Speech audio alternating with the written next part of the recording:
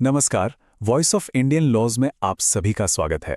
आज हम बात करने वाले हैं भारतीय नागरिक सुरक्षा संहिता यानी कि बीएनएसएस 2023 के कुछ बहुत ही दिलचस्प और ज़रूरी सेक्शंस के बारे में।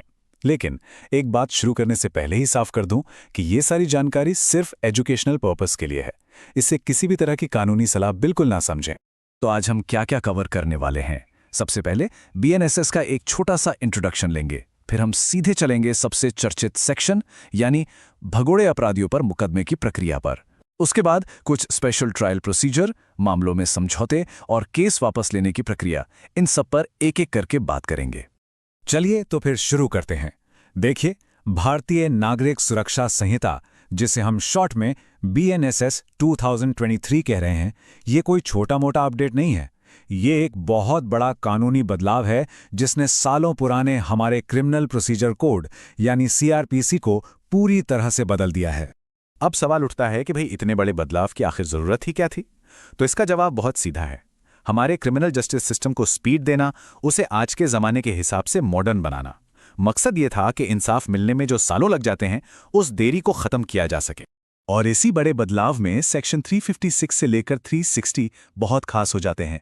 आप कह सकते हैं कि ये सेक्शंस किसी भी क्रिमिनल केस के ट्रायल, जजमेंट और उसके नतीजे को समझने की चाबी हैं। फिर चाहे आप लॉ स्टूडेंट हो, जज बनने का सपना देख रहे हो या सिर्फ एक जागरूक नागरिक हो। चलिए अब जरा गहराई में उतरते हैं और बात करते हैं सेक्शन 356 की। ये भारतीय क्रिमिनल लॉ में एक बहुत बड़ा, एक तरह से कहें तो क्रांतिकारी बदलाव लेकर आया है, जिसे कहते हैं ट्रायल इन एब्सेंटिया। तो ये ट्रायल इन एब्सेंटिया आखिर है क्या? देखिए, बहुत आसान शब्दों में समझते हैं। अगर कोई ऐसा अपराधी है जिसे भगोड़ा घोषित कर दिया गया है और वो गिरफ्तारी से बचने के लिए फरार है, तो अब कोर्ट को उसका इंतजार करने की जरूरत नहीं है। कोर्ट उसकी गैर मौजूदगी में भी, मतलब उसके बिना भी, पूरा मुकदमा चला सकती है और फैसला भी सुना सकती है।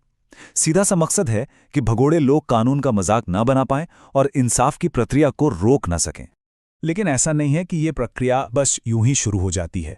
कानून ने इसके लिए कुछ कड़े नियम बनाए हैं। कोर्ट को ये 4 कदम उठाने ही पड़ते हैं ताकि ये पक्का हो सके कि उस फरार व्यक्ति तक सूचना पहुंचाने की हर मुमकिन कोशिश की गई है, मतलब पूरी तरह से फेयर प्ले। इसके अलावा भी इस सेक्शन में कई सेफ्टी मेजर्स हैं, जैसे ट्रायल चार्ज फ्रेम होने के 90 दिन बाद ही शुरू होगा। अगर अभियुक्त का कोई वकील नहीं है तो सरकार अपनी तरफ से एक वकील देगी। गवाहों के बयान की ऑडियो वीडियो रिकॉर्डिंग होगी। ये सब कुछ इस प्रक्रिया को एकदम पारदर्शी बनाने के लिए है। और हाँ, एक बहुत ही जरूरी बात, सेक्शन 356 का सबसेक्शन 7 कहता है कि फैसले की तारीख से 3 साल के अंदर अगर भगोड़ा अपराधी पेश नहीं होता तो उसके अपील करने का अधिकार भी खत्म हो जाएगा। ये टाइम लिमिट बहुत क्रिटिकल है। चलिए अब आगे बढ़ते हैं अगले 2 सेक्शंस 357 और 358 पर।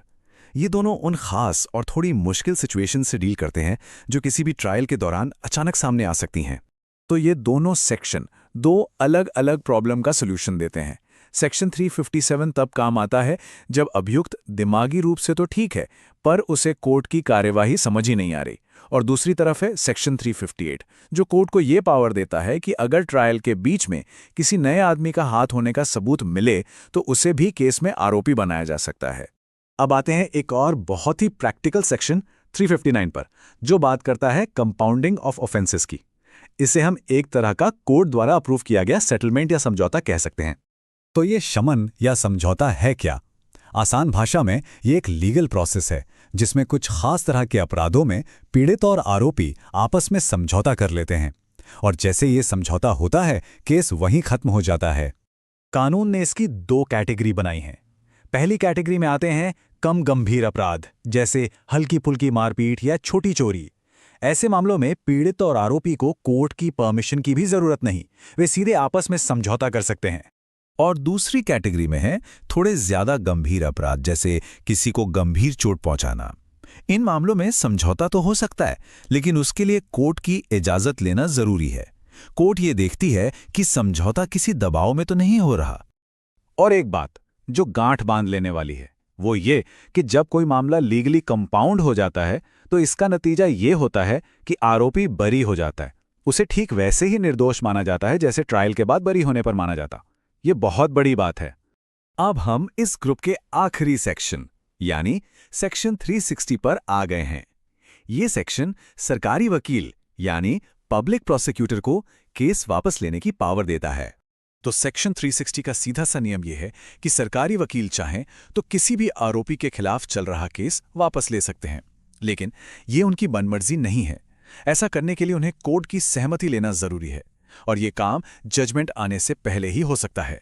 हालांकि कुछ खास मामलों में ये प्रोसेस और भी स्ट्रिक्ट हो जाता है, जैसे अगर केस सीबीआई ने इन्वेस्टिगेट किया हो या मामला किसी सेंट्रल गवर्नमेंट के कर्मचारी से जुड़ा हो, तो सरकारी वकील को केस वापस लेने से पहले सेंट्रल गवर्नमेंट से भी परमिशन लेनी पड़ती है। तो हमने इन सभी सेक्शंस को एक एक करके समझ तो लिया, पर असली सवाल तो ये है कि ये सब हमारे लिए, आपके लिए क्यों जरूरी है। चलिए इसी पर बात करते हैं। देखिए, अगर आप लॉ के स्टूडेंट हैं तो आपके लिए तो ये ट्रायल प्रोसीजर की बुनियाद है, मतलब इसके बिना काम ही नहीं चलेगा। जो लोग जुडिशरी की तैयारी कर रहे हैं उनसे तो सेक्शन 356 और 359 की लिस्ट से सीधे सीधे सवाल पूछे जाते हैं, और हम आप जैसे आम नागरिकों के लिए भाई ये जानना कि कुछ मामलों में समझौता हो सकता है, ये हमें अपने अधिकारों के बारे में और ज्यादा जागरूक बनाता है कि नहीं? तो अगर हम पूरी बात को फटाफट समेटें तो सेक्शन 356 कहता है कि अब भगोड़ों की खैर नहीं। सेक्शन 357 और 358 कोर्ट को स्पेशल सिचुएशन से निपटने के तरीके बताते हैं।